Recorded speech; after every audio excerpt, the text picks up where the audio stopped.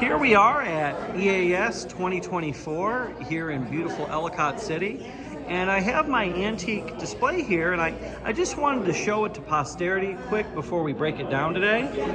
This right here is a Moses Quinby prototype that was handled by the man himself.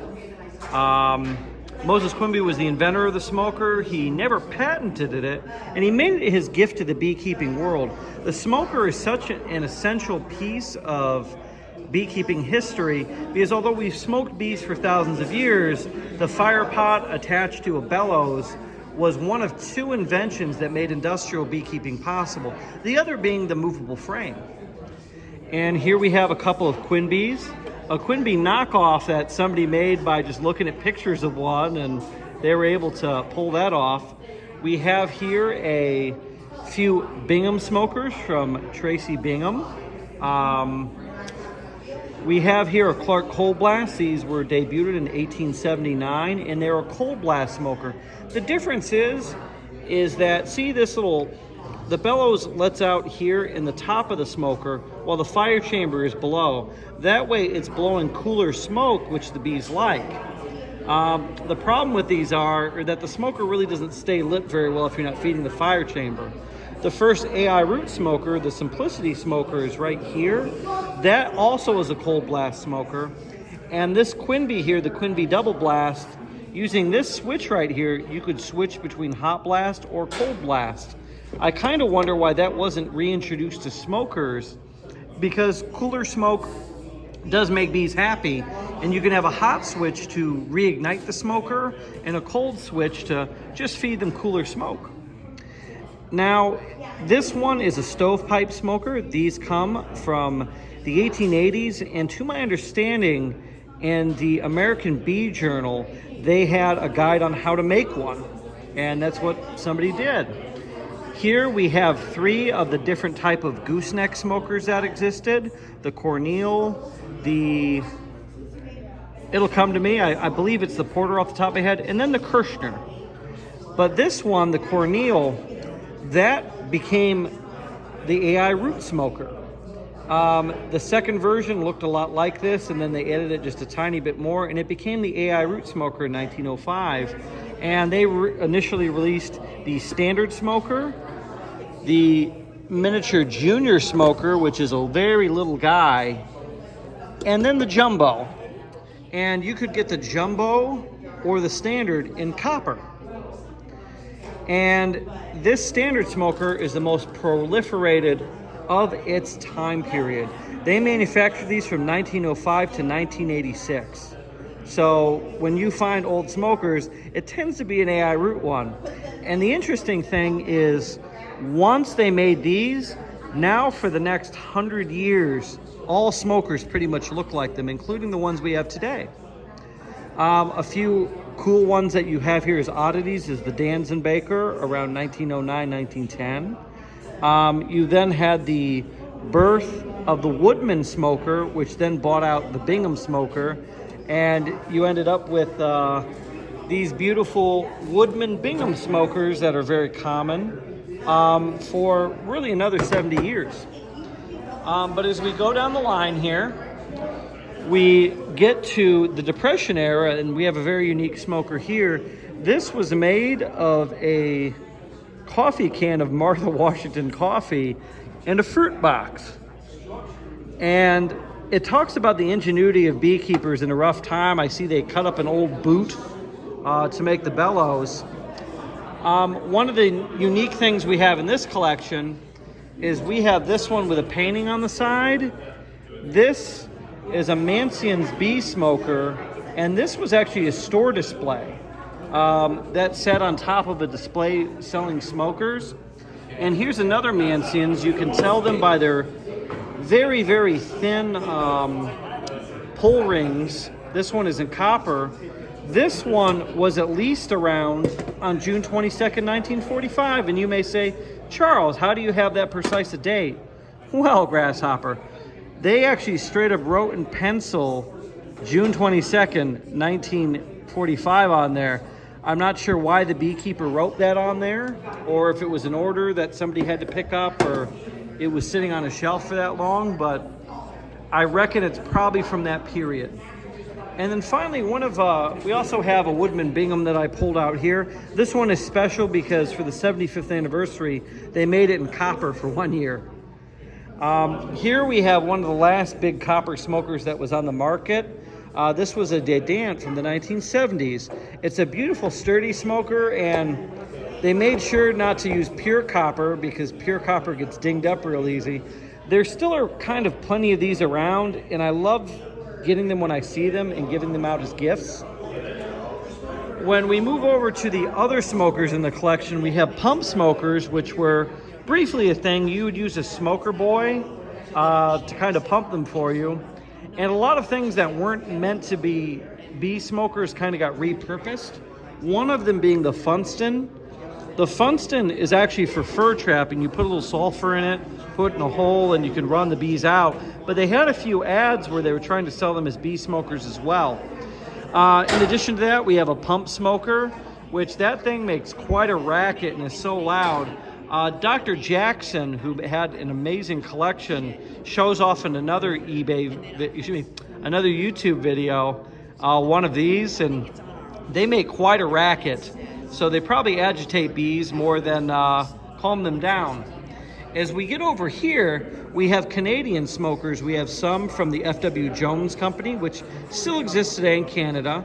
And we have these from the Reddy Corporation, which was in Quebec, which still aren't around today. This one is a part-for-part copy of the AI Root Jumbo smoker. And this French one is too, but it's in brass. So I could find a brass and copper copy of those smokers abroad. Here we have one of my favorites, actually. This is an Italian smoker with one of the most beautiful bellows plates I've ever seen. I had to clean that up with a wooden toothpick and IPA to get some of the propolis off, and so you could read it. Very happy with it. This is one I've recently added to the kit after a trip to Japan. This is very pure copper, and it is a Japanese smoker. It comes from a company that still exists today in Japan and has been making bee equipment for over a century. This here is a German pipe smoker. This one you would buy, you would essentially buy beekeeper tobacco at the bee shop in Germany, and it was really stemmy, terrible tobacco, and you would use a pipe smoker for it. Now remember, a lot of people use pipes and cigars as smokers for quite a while. And that was very common in the late 1800s, early 1900s, especially abroad. And if you're looking at old veils and you see one with a hole in it, that tells you it's actually really old because that was for the pipe. Now, these here are Vulcan smokers. These are German clockwork smokers because it's the most German thing in the world for them to go, we don't need a bellows. That's too much for us. We're going to make it clockwork. Finally, we have a Czech smoker, and we have numerous British smokers, including this guy, which is popular. People confuse these as Quinby smokers. These are actually Thompson smokers, which they made up into the 1950s. You can see all of these are actually in copper, but this one. But there are copper Thompsons that exist. Finally, this is a modern smoker from Nepal. And this is less for beekeeping than it is for bee robbing, because they go after feral hives and use these. And you may ask, why is there a mirror on the back of it, man? And that's a very good question. Why does it have a mirror on the back? Well, that is so that beekeepers could get stingers out of their face, according to the manufacturer, because Apis cerana does not play. You can see that the smoker is brass, that they use a tire inner tube for the interior right there. But it's really neat, and it goes on with this long tradition of beekeeping. Finally, we're going to take a look at a few smoker-related antiques on the table. Two of them are two very important books. One of them is Mysteries of Beekeeping by Moses Quimby, who invented the bee smoker. He's the guy that invented that prototype that's over there. And then finally, we have the ABC XYZ of Beekeeping by AI Root. The AI Root Company was truly the daddy of production of bee equipment. They were the largest for their era. They were founded back, I believe, in 1879, and they still publish bee culture today. But this is an 1890s version, and in it, this is around the time a lot of the very early folks were dying. Quinby had just passed within a decade of the publication of this one. And a lot of people like Mr. Boardman, who the Boardman feeder is named after, had passed. So they actually have pictures of these guys and kind of a fathers of industrial beekeeping thing. So it comes to, this is a version from a really unique time.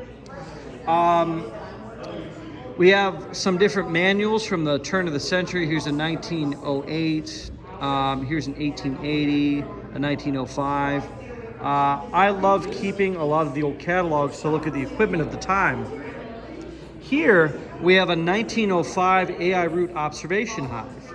I've done a video on this guy, but this observation hive is, I'll put it this way, observation hives are not a new idea. They've been around since the 1880s, and they've actually been around kind of in the form we see them today. This is one that you could buy a different bottom board for to stick into your windowsill, so you could kind of keep bees in the house. Here you could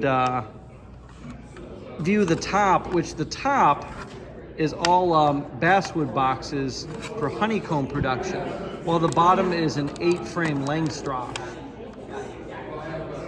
We lift the top here, it's all basswood boxes.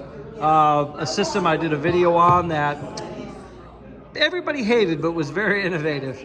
Here we have a modern recreation of a skep hive, because remember, we've been keeping bees in skeps for thousands of years, and the invention of the movable frame hive changed that. Instead of destroying the hive to harvest from it, we could live symbiotically with them. We have a few cool knickknacks on the table here. Matchbook for AI Root, a little notebook that they were passing out as table swag from its era. AI Root tinning wire for making frames. Here is a ring for 10 years with the AI Root company from sometime in the 70s. AI Root beeswax they would sell for threading. And then we had some of these imprints that the printers would use for some of the catalogs. One of my other favorites here is this beautiful steam kettle and steam knife back in the era before heated knives. They were very hot. We also have an assortment of honey knives here, an early AI Root honey knife, and then some of these guys, a later AI Root honey knife from around 1910, and then this Dadant knife from the 1950s that was rebranded for Sears. So I hope you appreciated my talk here and loved our table.